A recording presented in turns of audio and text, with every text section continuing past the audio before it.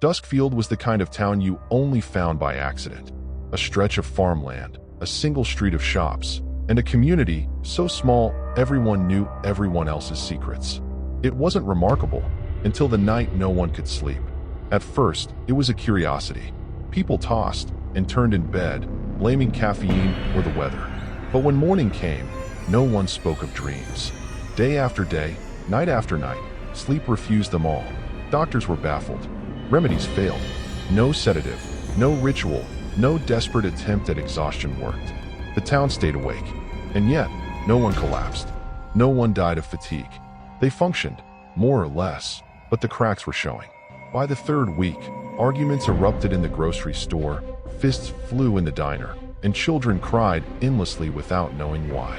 Paranoia stalked the streets, and in one house, on the edge of town, the Dawson family began to change. Henry Dawson tried to be practical. He worked at the hardware store, tall and broad-shouldered, with the kind of face that looked carved from stone.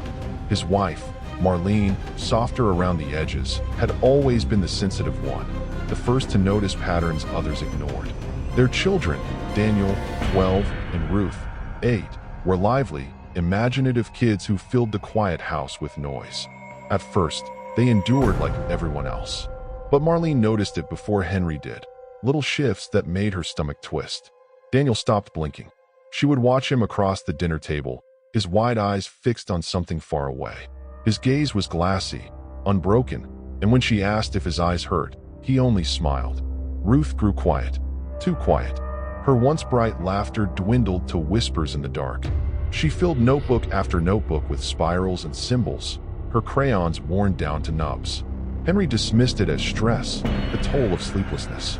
But deep down, even he felt it, a strange humming beneath his skin, like a second heartbeat. The sleeplessness had turned Duskfield into a madhouse. At the town hall meetings, voices clashed. Some blamed the government, others whispered of a curse, a reckoning.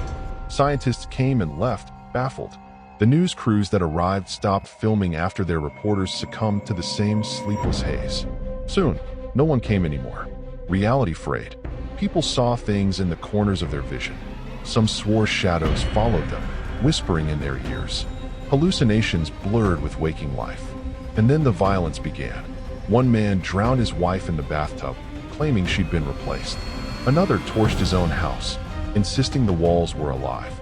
Children vanished, and parents swore they'd simply faded into the night. But the Dawsons were different. They weren't breaking down. They were becoming something else. It started with Ruth's drawings. At first, spirals. Then an eye, enormous and unblinking.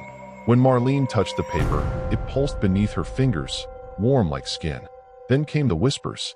Marlene awoke one night, though no one ever slept, and heard Ruth murmuring. But it wasn't just Ruth's voice. A deeper tone overlapped hers, a resonance that made the walls vibrate. Daniel's transformation was quieter. His eyes, unblinking, now reflected light like a cat's. He stopped eating normal meals, staring instead at the raw meat Henry brought home, lips parting slightly, as though savoring something only he could taste. Henry saw it at last. At dinner, his family sat across from him. His son's glowing eyes, his daughter whispering to shadows, his wife staring at him with a knowing calm. When Henry raised a shaking fork, his own reflection in the knife blade lagged behind. It wasn't the town that was cursed. The sleeplessness was the cocoon. The Dawsons were the butterflies tearing through. By the fourth month, Duskfield had crumbled into chaos. A mob gathered outside the Dawson home, torches swaying, voices raw. They'd seen the children's glowing eyes, heard the unnatural echoes in their voices. Fear united them.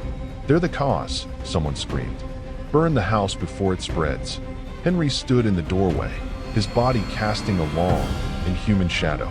Marlene at his side, her eyes reflecting torchlight like mirrors. Inside, Daniel and Ruth stood hand in hand, chanting in voices that carried like thunder. The mob surged forward. The air in the house trembled, the floorboards shuddered. Ruth's drawings peeled from the walls, glowing symbols writhing like living things. Daniel raised his gaze, and 100 unseen voices poured from his mouth in a single command. "Kneel." The crowd collapsed, shrieking, clutching their heads.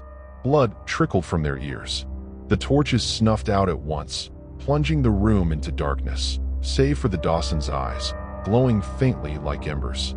Henry and Marlene moved with inhuman strength, tearing through the mob like wolves among sheep. The air thickened, heavy with whispers. One by one, the townsfolk fell silent, their bodies limp and pale, as though drained of something vital. When it was done, Duskfield lay in ruins. The Dawsons stood at the center, no longer human. By dawn, the town was gone. Houses collapsed inward, streets cracked, and the silence was absolute. The Dawsons walked hand in hand through the valley, their shadows stretching unnaturally long. Not a soul remained in Duskfield. The sleeplessness had been a harvest, and the family its chosen reapers. At the hill's crest, Ruth turned to glance back. "It's finished," she said, her voice doubled, layered. But Daniel shook his head, his glowing eyes fixed on the horizon. "No, it's only beginning." Beyond the valley lay another town, peaceful, sleeping, and somewhere a mother stirred in the night, whispering to her husband in the dark, "I can't sleep." Neither could he. And on the road, the Dawsons smiled.